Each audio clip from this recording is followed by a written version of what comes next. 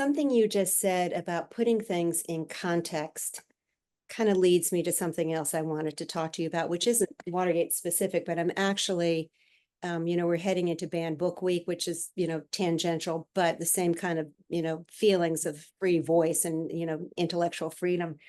And so I've been working on a speech about the dangers of disinformation and polarization, which this book, Hmm. I guess I should hold this up, my book coming out, Truth, Lies, and the Right. Questions Hmm. Between Deal. Congratulations. Thank you. Well, it's coming, in January. So anyway, Hmm. we'll have to Hmm. finally get together for dinner when we do. Right, right. Celebrate. Yeah, yeah. But Hmm. I've been actually talking a little bit more today about this Suspect Red book, which is about Hmm. McCarthyism. And Hmm. I was just writing about um, how McCarthy exploited, simmering resentments in the community, Hmm. Hmm. pulling back, feeling Hmm. having just come Hmm. off World War II, as you mentioned, of Hmm. the growing nativism and America first feeling, and we don't want to be dealing with other people's problems. And he waltzed in and cultivated this, bad boy backroom poker player, um, skunk hunter outsider Joe, who was going to Hmm. get him some reds. And the media kind of ate it up. Hmm. And I loved, again, I wish I Hmm. had met this man because he's so full of wisdoms. You quote um, that oh shoot, sorry. You quote his saying that he felt that the media was complicit in the rise of Joe McCarthy and the Yeah. Red Scare, Hmm. um, because of the trap of objectivity.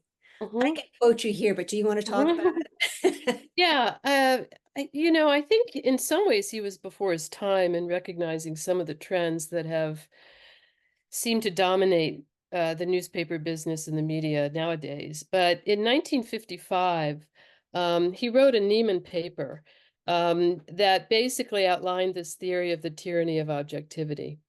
And in essence, what he was saying is that you don't have to give voice to a lie.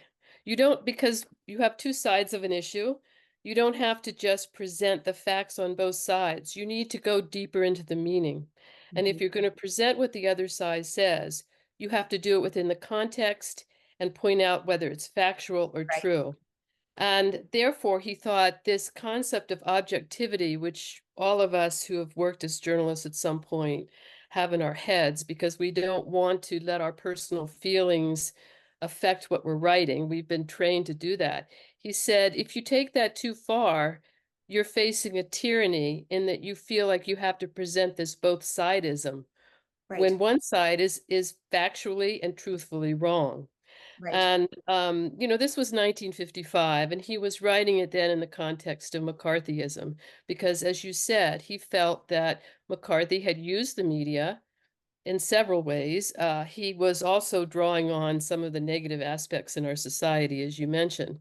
Yes. But he loved to tell a Yeah. lie. He tell outrageous lies, not back them up, and then he would tell another outrageous lie, and the whole purpose was just to get media attention, full stop. Yes. And he succeeded. He succeeded for quite a while. Yep. And finally, he came down for various reasons, one of which was that he was an alcoholic, but maybe you know that. Yes. No. Yes.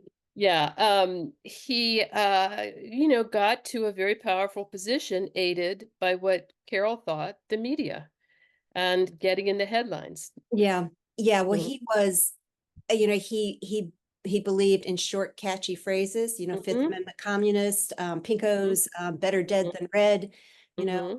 sound familiar?